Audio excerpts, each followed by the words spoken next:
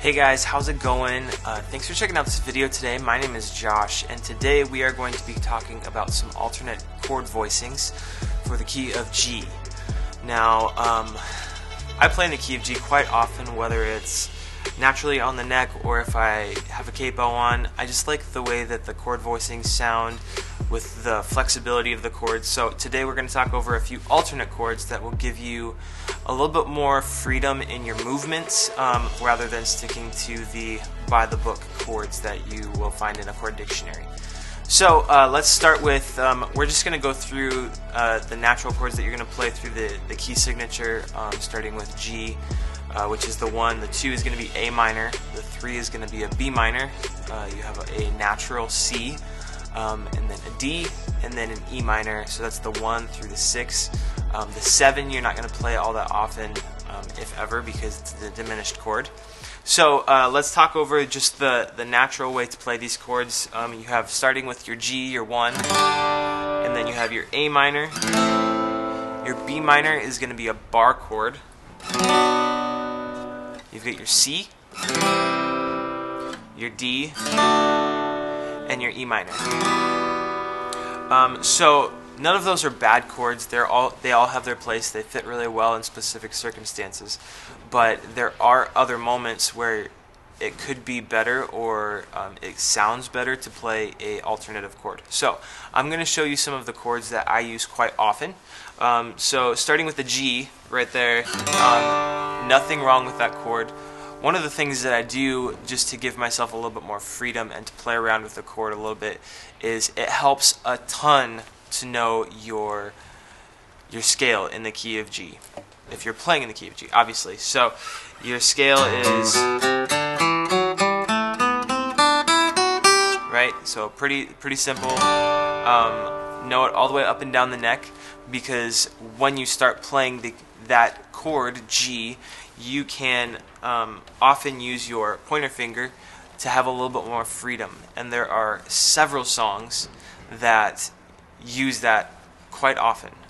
If you like Johnny Swim, they do it quite often. They have one of the ones that's popping to my head right now is their Christmas song that goes like this.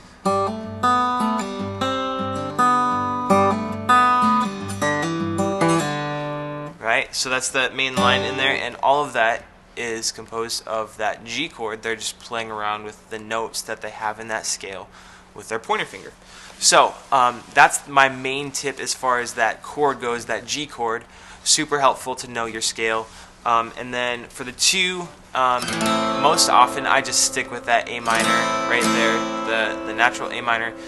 Not often that's not like one of the most commonly played chords when you're playing in the key of G, but still awesome and really helpful to know it because you are going to play it quite often.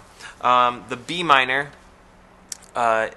you can play that bar chord, but if you feel like sometimes that's not quite comfortable playing at long times for a long period, we talked about this in the alternate voicings for the key of D video as well, but there is a B minor that I will play quite often, and that's how it goes. Pretty much just a 3-finger chord. It's not the bar chord like that, but has a similar sound, right? So that's what I'll play. And then you have your 4, which is that C chord, right? The one that I play most often, along with the key of G for that note C, that chord C, is going to be the C2, right? And then following that, you have your D.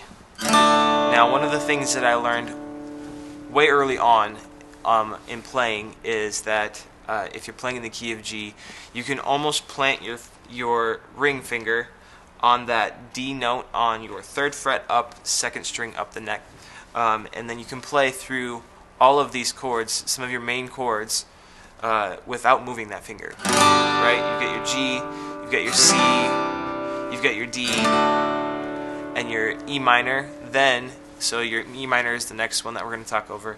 That's your 6, and what you can do if you're going to keep that finger on that D on your 3rd fret up, you can play an E minor 7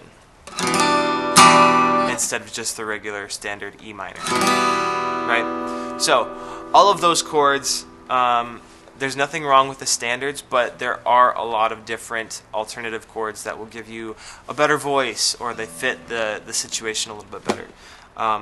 But to finish off, I think this is also another one we referenced in another video, but I like the sound of it, and it is a E minor 7, but you're going to take your D string, you're usually playing that E, and I move it up to an F sharp.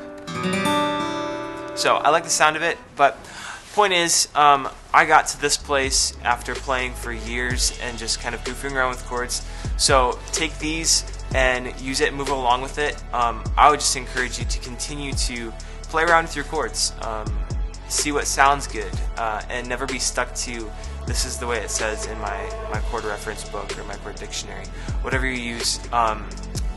Thank you for checking out this video. If you have any questions, make sure you comment below, and also make sure to hit the subscribe button, and we'll see you guys later.